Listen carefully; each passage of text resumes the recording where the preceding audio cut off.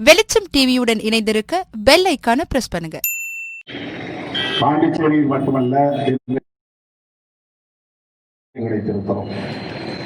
ஒரு நாள் இடைவெளியில் அறிவிப்பு செய்து இதனை ஒருங்கிணைத்திருக்கிறோம். வங்கி தேர்வு அண்மையிலே நடந்தது, அதிகாரிகளுக்கான தேர்வு. அந்த தேர்வில் இடஒதுக்கீட்டை எவ்வாறு நடைமுறைப்படுத்தப் போகிறார்கள் என்பது குறித்த அறிவிப்பும் வெளியாகியிருக்கிறது. அந்த அறிவிப்பு மிகுந்த அதிர்ச்சி அளிக்கக்கூடியதாக, வேதனை அளிக்கக்கூடியதாக அமைந்திருக்கிறது. மோடி அரசு ஒரு வெகுமக்கள் விரோத அரசு, சமூக நீதிக்கு எதிரான அரசு என்பதை உறுதிப்படுத்துவதாக அந்த அறிவிப்பு அமைந்திருக்கிறது. வங்கி அலுவலர் தேர்வு, அதில் இடஒதுக்கீட்டை நடைமுறைப்படுத்துவதற்கான அறிவிப்பு, அண்மையில எக்கனாமிக்கலி வீக்கர் செக்ஷன்ஸ் என்ற பெயரில் முன்னேறிய சமூக பிரிவினர், ஃபார்வர்ட் கம்யூனிட்டிஸ், அவர்களுக்கு பொருளாதார அடிப்படையில் இடஒதுக்கீடு வழங்குவதற்கான சட்டத்தை கொண்டு வந்தார்கள். உச்ச நீதிமன்றம் ஏற்கனவே ஒரு வரம்பு விதித்திருக்கிறது. மொத்த ஒதுக்கீடு 50 விழுக்காடாக இருக்க வேண்டும், அதற்கு மேல் போகக்கூடாது. இடஒதுக்கீடு இல்லாத புது பிரிவினருக்கான இடங்கள் 50 விழுக்காடு இருக்க வேண்டும். இதுதான் உச்ச நீதிமன்ற தீர்ப்பின் வரையறை. அன்ரிசர்வ்டு கேட்டகரி அல்லது ஓபன் காம்படிஷன், அந்த பிரிவு 50 விழுக்காடு இருந்தே தீர வேண்டும். அதுதான் சீலிங். அதனால்தான் தமிழ்நாட்டிலே கூட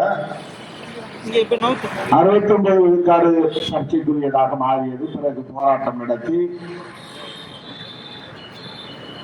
அதை அரசமைப்பு சட்டத்தின் அட்டவணையிலே இணைத்து, 9வது அட்டவணையிலே இணைத்து ஒரு பாதுகாப்பை உறுதிப்படுத்தி இருக்கிறார்கள்.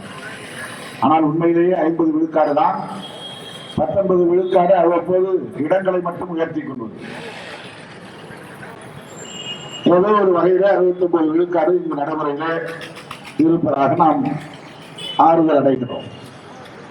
ஆக இந்தியா முழுவதும் எல்லா மாநிலங்களிலும் இடஒதுக்கீடு என்பது மத்திய அரசுக்கான இடஒதுக்கீடாக இருந்தாலும், மாநில அரசுக்கான இடஒதுக்கீடாக இருந்தாலும் 50 விழுக்காட்டை தாண்டக்கூடாது என்பது அந்த வழக்கில் உச்ச நீதிமன்றம் தந்திருக்கிற வரையறை.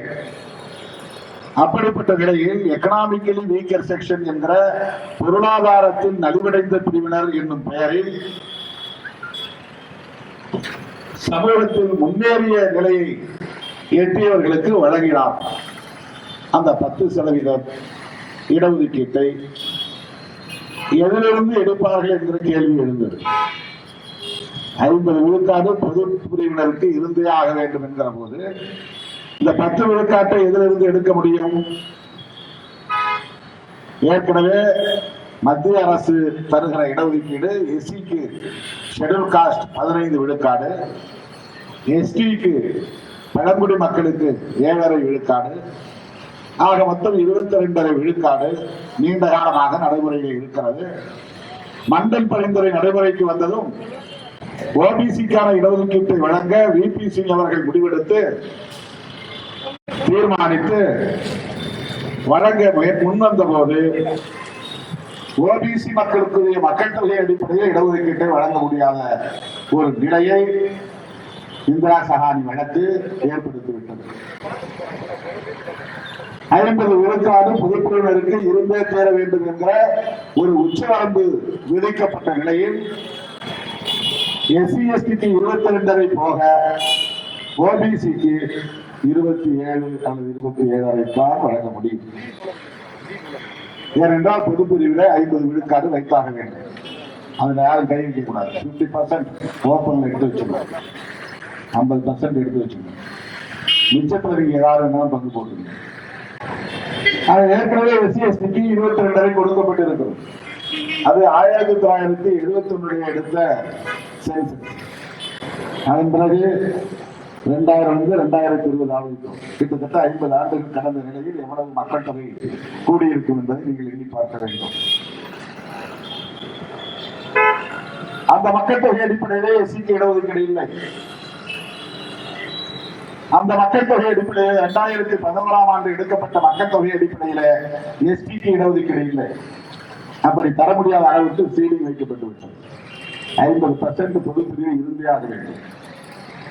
அதனால்தான் ஓபிசிக்கு கூட அந்த 22 போக 27 விழுக்காடு தான் தர முடியும் என்கிற நிலை ஏற்பட்டு மண்டல் பரிந்துரை அடிப்படையில் 27% தான் ஓபிசிக்கு வழங்கப்படுகிறது.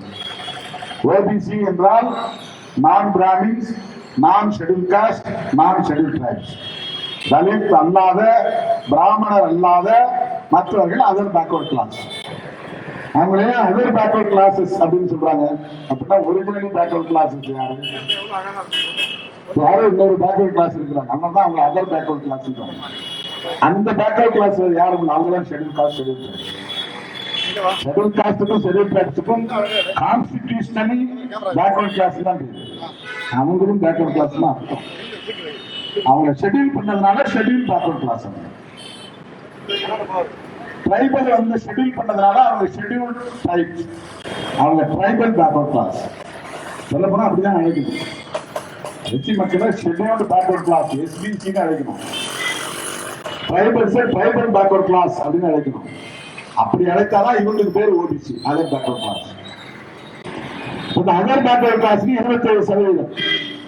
அந்த 27%, 22%, 49% ஆகிவிட்டால் இனிமேல் இடஒதுக்கீட்டை யாருக்குமே உயர்த்தவும் முடியாது, யாருக்கும் வழங்கவும் முடியாது.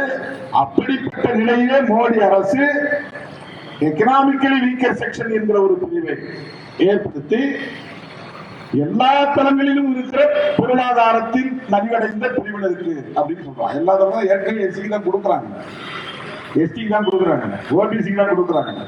அப்போ அதுக்கு என்ன பொருள்னா எஃப்சிக்கு தான் அர்த்தம். இப்ப டைரக்டா ஃபார்வர்ட் கம்யூனிட்டிஸ்க்கு இடஒதுக்கீடு சொல்ல அவர்கள் விரும்பாமல் அதை எக்கனாமிக்கலி வீக்கர் செக்ஷன்ங்கிற ஒரு பெயரை போட்டு நாங்க பொருளாதாரத்தில் நலிவடைந்தவர்களுக்கு இடஒதுக்கீடு கொடுக்கிறோம். அப்ப பொருளாதாரத்தில் நலிவடைந்தவர்களுக்கு இடஒதுக்கீடு கொடுத்தாலே concept of the social justice என்பது அடிபட்டு போகும். சமூக நீதி என்பது எந்த நோக்கத்திற்காக வழங்கப்பட்டதோ வழங்கப்படுகிறதோ, எதற்காக அந்த சொல்லாடல் இங்கே நடைமுறைப்படுத்தப்படுகிறதோ, ஏன் பொருளாதார நீதினு சொல்லல, ஏன் அரசியல் நீதினு சொல்லல, ஏன் பண்பாட்டு நீதினு சொல்லல? அப்படி எதுவும் இல்லையா? சோசியல் ஜஸ்டிஸ் இருக்கும்போது பொலிட்டிக்கல் ஜஸ்டிஸ் இருக்கக்கூடாதா? சோசியல் ஜஸ்டிஸ் இருக்கும்போது எக்கனாமிக்கல் ஜஸ்டிஸ் இருக்கக்கூடாதா? சோசியல் ஜஸ்டிஸ் இருக்கும்போது கல்ச்சுரல் ஜஸ்டிஸ் இருக்கக்கூடாதா? அதெல்லாம் நம்ம யாரும் பயன்படுத்தல. இப்ப சோசியல் ஜஸ்டிஸ் சொல்றதுக்கு என்ன காரணம்னா, பொருளாதாரத்தில் ஒருத்தன் வளர்ச்சி அடைந்திருந்தாலும் ஒருவன் சூத்திரன், அவன் இழிவானவன், அந்த இழிவு அவனுக்கு இருக்கிறது. பொருளாதாரத்தில் வளர்ச்சி அடைந்திருந்தாலும் ஒருவன் அன்டச்சபிள், அவன் தீண்டப்படாதவனாக இந்த சமூகத்தில் நடத்தப்படுகிறான். கல்வியை வளர்ச்சி அடைந்திருந்தாலும், அரசியல் அதிகாரத்தில் அவன் உயர்ந்திருந்தாலும், பொருளாதாரத்தில் அவன் வளர்ச்சி அடைந்திருந்தாலும் சமூக தகுதி அவனுக்கு இல்லை, சோசியல் ஸ்டேட்டஸ் என்பது இல்லை. இதுதான் அதிலே கணக்கில் எடுத்துக் கொள்ளப்பட்டது. மிகப்பெரிய ஜாம்பவான்கு ஜவஹர்லால் நேரு போன்றவர்கள் அன்றைக்கு ஆட்சியில் இருந்த காலம், அவர்கள் சாதாரணமான ஆளும் கிடையாது, பழம் தின்று கொட்டை போட்டவர்கள். அவர்களுக்கு தெரியாதா அவர்களை ஏமாற்றி விட முடியுமா? நேரு காலத்தில் இருந்த இன்றைக்கு இருக்கிற மோடியை போல 1000 மடங்கு சனாதன மூளை உள்ளவர்கள் இருந்தார்கள். நாக்பூர் இந்துத்துவா போர்ஸ், பால கங்காதர திலகர், கோபாலகிருஷ்ண கோகலே, மதன் மோகன் மாளவியா, இப்படி எத்தனையோ இவர்கள் அதி தீவிரமான சாதி வெறியர்கள், மத வெறியர்கள். அப்படிதான் இந்த மொழியில் சொல்லணும். இன்றைக்கு புதிய மொழியில் சொல்ல வேண்டுமான அவ்வளவு சனாதனத்தின் மீது நம்பிக்கை உள்ளவர்கள். இந்த சோசியல் ஆர்டர் பாதிக்கப்படக்கூடாது. அப்படியே மேல் சாதினா மேல் சாதி, கீழ் சாதினா கீழ் சாதி, பிராமணன், சத்திரியன், வைசியன், சூத்திரன், இந்த ஆர்டர் மாறக்கூடாது. பஞ்சமங்கிற ஆர்டர் மாறக்கூடாது. இது இறைவன் விதித்தது, ஆண்டவன் கட்டளை இது, ஆண்டவனே உருவாக்கிய சமூக அமைப்பு இது. இதுல எந்த மாற்றமும் ஏற்படக்கூடாது. ஆட்சி மாற்றம் ஏற்படலாம், வெள்ளக்காரன் வந்து நாட்டை ஆளலாம், முஸ்லீம்கள் வந்து நாட்டை ஆளலாம், யார் வேணாலும் நாட்டை ஆளலாம். சோசியல் ஆர்டர் டிஸ்டர்ப் ஆகலாம். அவ்வளவு மோசமான சனாதன மூளை கொண்டவர்கள் இருந்த காலத்தில் தான் ஒற்றை மனிதராய் நின்று தனிக்காட்டு புலியை போல இருந்த புரட்சியாளர் அம்பேத்கர் அவர்கள் தன்னுடைய அறிவாயுதத்தை பயன்படுத்தி போராடி வெற்றி கண்டார். அவருக்கு மட்டும் அந்த அளவுக்கான ஒரு இன்டலெக்சுவல் கெப்பாசிட்டி இல்லைன்னா இந்த சனாதன மூளைகளை வென்று இருக்க முடியாது. அப்படி வாதாடி போராடி அவருக்கு கிடைத்த வாய்ப்பை பயன்படுத்தி, அதிகாரத்தை பயன்படுத்தி, சமூக நீதி என்கிற ஒரு கோட்பாட்டை இங்கே சட்டப்பூர்வமாக நிலைப்படுத்தினார். சமூக அந்தஸ்து இல்லாதவர்களை மேம்படுத்துவதற்கு சமூக தகுதி உருவாகிற வரையில் அவர்களுக்கு வழங்கப்படுகிற முன்னுரிமைக்கு பெயர்தான் சோசியல் ஜஸ்டிஸ். இது எதுவும் பச்சாதாபம் பார்த்து, பரிதாபம் பார்த்து, ஐயோ பாவம் பார்த்து கொடுக்கப்பட்ட பிச்சை அல்ல. இது பிரிஃபரன்ஷியல் ரைட். பாதிக்கப்பட்டவர்களுக்கான முன்னுரிமை. காலம் காலமாக வஞ்சிக்கப்பட்ட மக்களுக்கு வழங்கப்படுகிற முன்னுரிமை. கல்வியிலும் வேலை வாய்ப்பிலும் வழங்கப்பட வேண்டிய முன்னுரிமை. காலம் காலமாக பறிக்கப்பட்ட உரிமை. அதை மீட்டு தருகிற ஒரு கோட்பாடாக வளர்த்தெடுக்கப்பட்டதுதான் சமூக நீதி என்கிற தத்துவம். அந்த சமூக நீதி என்கிற அடிப்படையிலே பார்க்கிற போது பொருளாதார அடிப்படையில் இடஒதுக்கீடு கொடுக்கவே கூடாது. இவனுக்கு சூத்திரப்பட்டம் இருப்பதால் அவனுக்கு சமூக நீதி தேவைப்படுகிறது. அவனுக்கு தீண்டப்படாதவன் என்கிற இறுதி இருப்பதனால் அவனுக்கு சமூக நீதி தேவைப்படுகிறது. நான் ஜாட், நான் ராஜ்புட், நான் பிராமணன், நான் பண்டிட் என்று சாதியால் உயர்ந்தவன் என்று கருதுகிற உளவியலை கொண்டவனுக்கு சமூக நீதி தேவையில்லை. அவன் பொருளாதாரத்தில் பின்தங்கியவனா இருக்கலாம், நிலமில்லாதவனா இருக்கலாம், ஒரு கோவனாண்டியா இருந்தா கூட ஒரு பார்ப்பனம் போனா ஐயா சாமிங்கிறான். ஒரு பிராமணனை பார்த்தா ஐயா உனக்கு, ஒரு கோடீஸ்வரனாக இருந்தாலும் ஒரு தலித்தை பார்த்தா அவனுக்கு வந்த வாழ்வை பாருங்கிறான். இந்தியாவின் துணை பிரதமர் பாபு ஜெகஜீவன் ராம் அவர்கள் வகிக்காத பதவி இல்லை. இந்தியாவின் பாதுகாப்புத்துறை அமைச்சராக இருந்தார், டிஃபென்ஸ் மினிஸ்டர். துணை பிரதமர் அளவுக்கு உயர்ந்தார். மிக உயர்ந்த பதவி பிரதமர் பதவி. அதை தவிர மற்ற எல்லா பதவிகளையும் அடையக்கூடிய அளவுக்கு உச்சத்தை தொட்டவர். பொருளாதாரத்திலே வளர்ச்சி அடைந்தவர் கோடீஸ்வரர். எத்தனை இடங்களில் அவருக்கு திராட்சை தோட்டம் இருக்கு கூட அவருக்கு தெரியாது, எத்தனை ஆப்பிள் தோட்டம் இருக்குன்னு தெரியாது, எங்க சொத்து இருக்குன்னு தெரியாது. அவ்வளவு பெரிய உத்தரப்பிரதேசத்துல சுவாமி ஜெகதானந்தா சிலையை திறந்து விட்டு அவர் கீழே இறங்கியதும் அந்த சிலைக்கு கங்கா ஜலத்தை ஊற்றி தீர்த்து கழித்தார். இதனால் சோசியல் ஜஸ்டிஸ் தேவைப்படுகிறது. ஏன் சோசியல் ஜஸ்டிஸ் தேவைப்படுகிறது? இந்த அளவுக்கு உயர்ந்த ஜெகஜீவன் ராம் அவர்களை இந்த சமூகம் உயர்ந்த சாதி என்று ஏற்றுக்கொள்ளவில்லை. அவர் மின்பத்தாலை அமுக்கி திறந்தார் சிலையை என்பதற்காக அந்த சிலை தீட்டுப்பட்டு விட்டது என்று சம்பிரோட்சணம் செய்தார்கள், தீட்டு கழித்தார்கள் கங்கா ஜலத்தை ஊற்றி. இந்த நிலை மாறாத வரையில் இங்கே அந்த பிரிவினருக்கு மட்டும் வழங்கப்படுகிற முன்னுரிமைக்கு பெயர்தான் சமூக நீதி. ஆகவே பொருளாதார அடிப்படையிலே இடஒதுக்கீடு கொடுக்க கூடாது என்பதுதான். ஆனாலும் மோடி அரசு எக்கனாமிக்கலி வீக்கர் செக்ஷன் என்கிற பெயரில் 10% இடஒதுக்கீட்டை சட்டப்பூர்வமாக்கி வழங்கி வருகிறது. இதை யார் எதிர்த்திருக்க வேண்டும்? ஷெட்யூல் காஸ்டை வந்து அடக்கி ஒடுக்கி அவர்களை நசுக்கி ரத்தத்தை இன்றைக்கு சுவைத்துக் கொண்டிருக்கிற ஓபிசி தலைவர்கள் அல்லவா இதை கடுமையாக எதிர்க்க வேண்டும். ஆனா இன்னைக்கு மோடி பதவி போய் ஜாங்கா கொண்டு கொண்டிருக்கிறார்கள். எவ்வளவு பெரிய வெட்கக்கேடு! மோடி கொண்டு வருகிற சட்டங்கள் எல்லாம் யாருக்கு எதிரானது? வெறும் எஸ்சிக்கு எதிரானது, முஸ்லிம்களுக்கு எதிரானதா? மோடி கொண்டு வருகிற சட்டங்கள் எல்லாம் வெறும் பழங்குடி மக்களுக்கு மட்டும்தான் எதிரானதா? மோடி கொண்டு வருகிற சட்டங்கள் எல்லாம் கிறிஸ்தவ மக்களுக்கு மட்டும்தான் எதிரானதா? இந்த சட்டம் ஓபிசி சமூகத்தை சார்ந்த பெரும்பான்மை இந்துக்களுக்கு எதிரானதா இல்லையா? EWS என்கிற இந்த எக்கனாமிக்கல் வீக்கர் செக்ஷன் என்ற பெயரில் ஒரு இடஒதுக்கீட்டை கொண்டு வந்த போது இங்கே மிகப்பெரிய புரட்சியை நடத்தியிருக்க வேண்டிய சமூகம் ஓபிசி சமூகம். ஏன் அவர்கள் நடத்தவில்லை என்றால் அவர்களை கட்டுப்பாட்டில் வைத்திருக்கக்கூடிய இயக்கங்களின் தலைவர்கள் தான் காரணம், அரசியல் கட்சிகளை சார்ந்தவர்கள் தான் காரணம். தங்களுடைய அரசியல் ஆதாயத்திற்காக யாரை தோழமை சக்தியாக இணைத்துக் கொள்ள வேண்டுமோ அவர்களை பகைக்கிறார்கள், யாரை பகைத்துக் கொள்ள வேண்டுமோ அவர்களோடு கை கொடுக்கிறார்கள். சனாதன சக்திகளை மூர்க்கமாக எதிர்க்க வேண்டுபவர்கள் நட்பு சக்தியாக, பல தோழமை சக்தியாக அரவணைத்துக் கொள்ள வேண்டிய ஷெட்யூல் காஸ்ட் மக்களை எதிர்க்கிறார். இதை விட ஒரு கேவலம், இதை விட ஒரு பைத்தியக்காரத்தனம் இந்திய மண்ணை தவிர எங்கே நிகழும்? மண்டல் கமிஷன் பரிந்துரை வந்தபோது இதற்கு ஆதரவு தெரிவித்து உச்ச துணையாக இருந்து அதை நடைமுறைப்படுத்தியவர் அண்மையிலே மறைந்த ராம்விலாஸ் பாஸ்வான் அவர் ஒரு பதில் சமூகத்தை சார்ந்த தலைவர். ஆனால் இதை நடைமுறைப்படுத்தக் கூடாது என்று எதிர்ப்பு தெரிவித்து ரத யாத்திரை நடத்தி ரத்த யாத்திரையாக மாற்றிய மிக கொடூரமான வன்முறை வெளியாட்டத்தை கட்டமைத்து விட்டவர் எல்.கே. அத்வானி. நீதிக்கே வராத பிராமண சமூகத்தை சார்ந்த இளைஞர்கள் தான் நீதிக்கு வந்தார். அவன் எஸ்சி இடஒதுக்கீட்டுக்கு எதிராக வன்முறையை தூண்டவில்லை, எஸ்டி இடஒதுக்கீட்டுக்கு எதிராக வன்முறையை தூண்டவில்லை. அது முடிந்து போன கதை. அவனால் அதை ஒன்றும் செய்ய முடியாது. ஆனால் வி.பி. சிங் அவர்கள் பிரதமராக இருந்த காலத்தில் அவருக்கு உற்ற துணையாக இருந்தவர்கள் யார்? பாஸ்வான். இந்தியா முழுவதும் இருந்த தலித் இயக்கங்கள் தான்.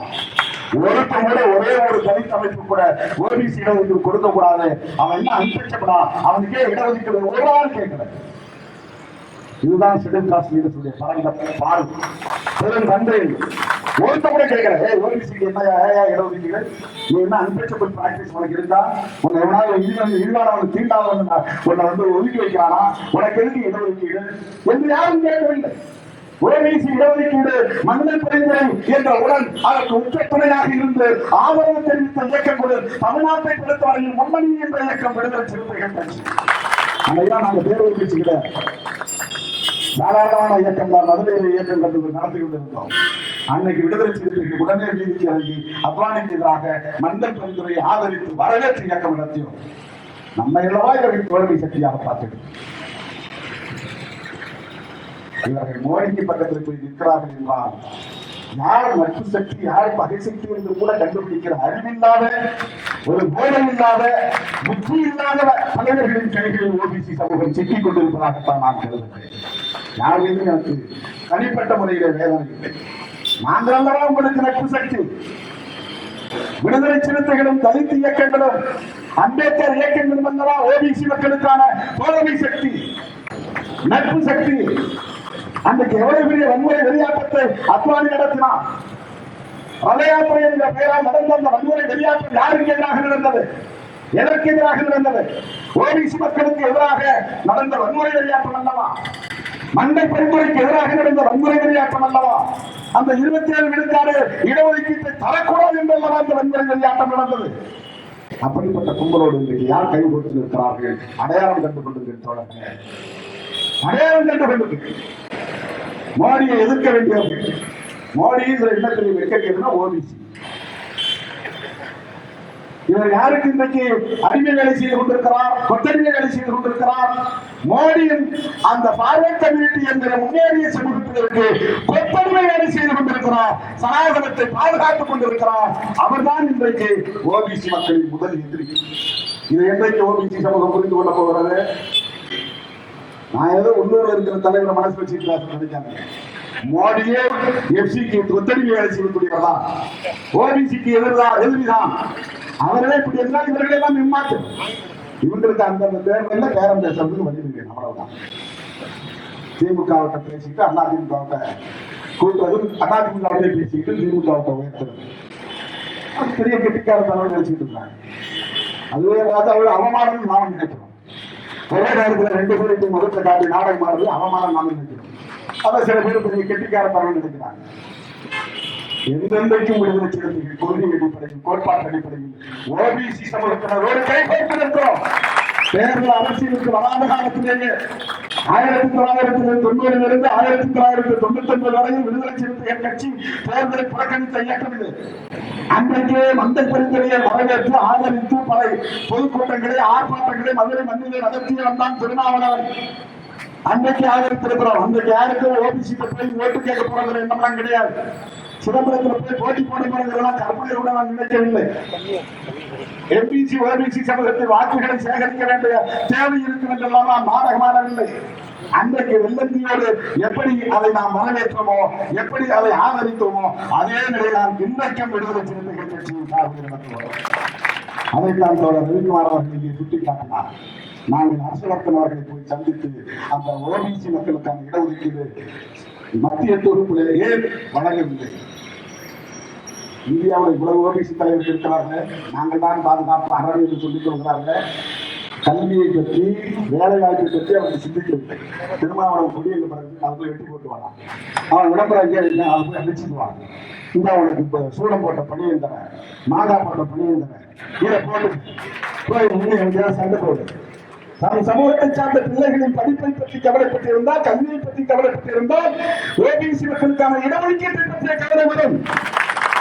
அவனை வந்து ஆடு மேய்க்கிறவனாக, மாடு மேய்க்கிறவனாக, கல்லெறியக்கூடியவனாக, கரும்பு காட்டிலே பொழுது பதுங்கியிருந்து தீ வைக்கக்கூடியவனாக, குடிசைகளை கொளுத்தக்கூடியவனாக வளர்க்கக்கூடியவர்களுக்கு எப்படி ஓபிசி மக்களுடைய கல்வியை பற்றி, எதிர்காலத்தை பற்றி கவலை வரும்?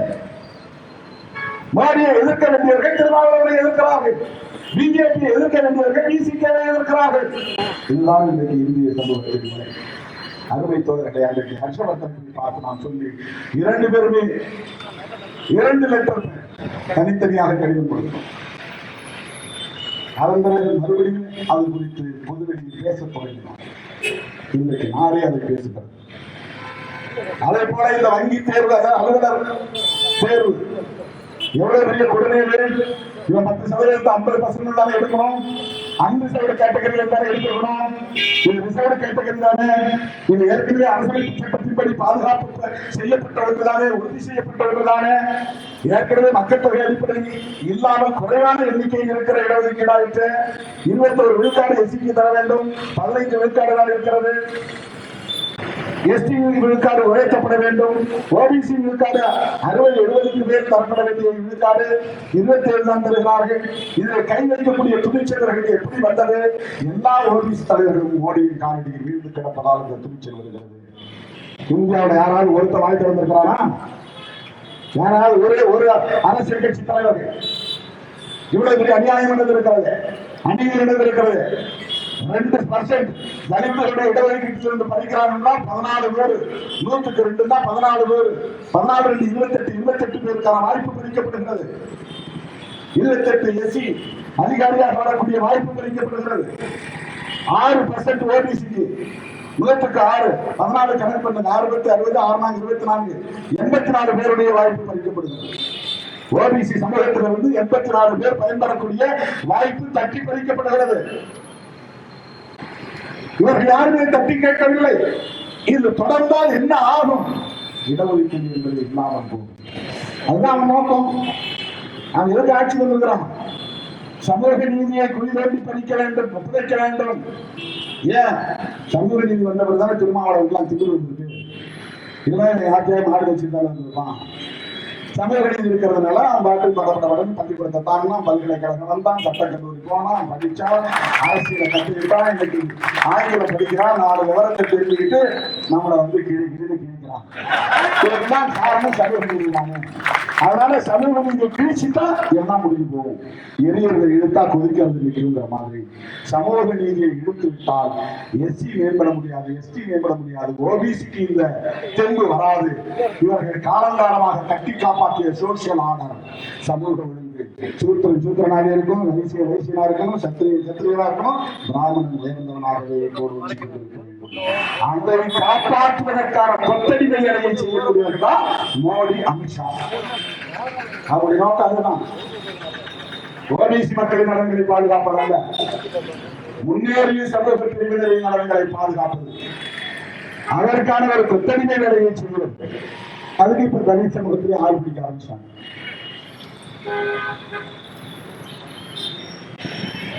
தலித் சமூகத்திலே யார் போனாலும், மோடியின் காலில் யார் விழுந்தாலும், சமூக நீதிக்கு எதிராக யார் போனாலும் அகில இந்திய அளவில் ஒற்றை இயக்கமாக எதிர்த்து நின்று போராடுகிற கட்சி இடஒதுக்கீடு கட்சியாக கடைசி எந்த நிலையிலும் இந்த நிலைப்பாட்டிலிருந்து மாற மாட்டோம். ஏனென்றால் நாங்கள் புரட்சியாளர் அம்பேத்கரையும் தந்தை பெரியாரையும் மாமேதை காரல் மார்க்ஸ் அவர்களும் நாங்கள் உருவாகி இருப்பவர்கள், ஒடுக்கப்பட்டவர்களுக்காக இருப்பவர்கள், உழைப்பவர்களுக்காக இருப்பவர்கள், பாட்டாளி மக்களுக்காக பாடுபடக்கூடியவர்கள், ஜனநாயகத்தை பாதுகாப்பதற்காக போராடக்கூடியவர்கள், சமூக நீதியை பாதுகாப்பதற்காக நம்மை ஒப்படைத்துக் கொண்டவர்கள். ஆகவேதான் இன்றைக்கு ஆர்ப்பாட்டம் தோழர்களே, ஒரு நாள் இடைவெளியில் விடுத்த அழைப்பை ஏற்று இன்றைக்கு புதுச்சேரி திருப்பதி திரண்டு வந்தது என்னை பெருமைப்படுகிறேன். இந்த கொரோனா நெருக்கடியில் கும்பலை கூட்டக்கூடாது என்ற பதற்றம் இருந்தாலும் வேறு வழியில்லை. கொரோனாவை விட கொடிய கும்பல் சனாதன கும்பல், கொரோனாவை விட கொடியது சனாதனம். ஆகவே சனாதனத்தை வேறொருக்க, ஜனநாயகத்தை பாதுகாக்க, சமூக நீதியை நாம் பாதுகாத்தாக வேண்டும். சமூக நீதியின் மூலம்தான் சனாதனத்தை வேறொருக்க முடியும். சமூக நீதியின் மூலம்தான் ஜனநாயகத்தை பாதுகாக்க முடியும்.